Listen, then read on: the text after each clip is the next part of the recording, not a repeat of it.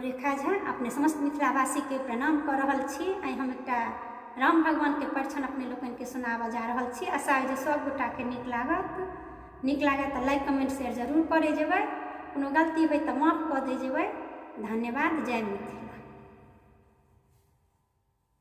जिया बसु हिया बसु श्यामल पहुन मारा हिया बस गेल तोरे मंद मुस्कान मारा हिया बस गेल तोरे मंद मुस्कान मारा हिया बस गेल।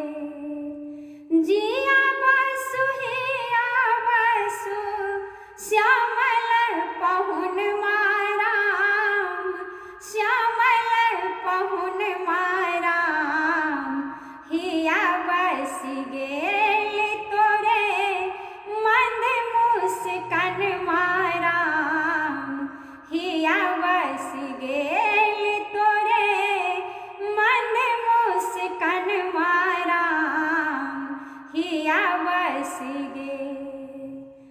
कारी घुंघरा लेके से मोरिया सुहनवा दुल्हा मोरिया सुहन मारा हिया बस गेल तोरे भाल के चनन मारा हिया बस गेल तोरे भाल के चनन मारा हिया बस गेल तोरे मन मुस्कान मारा हिया बस गेल।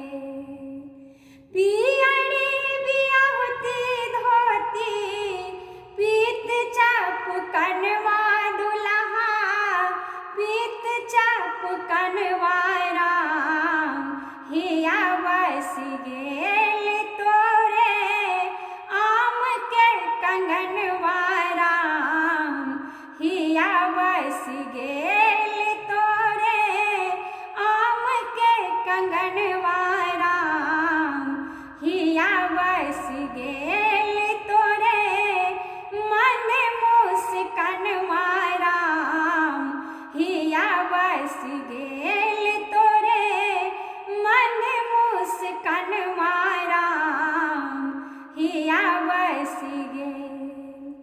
सिया जी कुमुदनी संग में नेहिया जुड़न माँ दुल्हा नेहिया जुड़न मारा हिया बस गेल सखिए स्नेह के बंधन वारा हिया बस गेल सखिए स्नेह के बंधन वारा हिया बस गेल तोरे आम के कंगन मारा हिया बस गेल तोरे भाल के चनन मारा हिया बस गेल तोरे मन मुस्कान मारा हिया बस गेल तोरे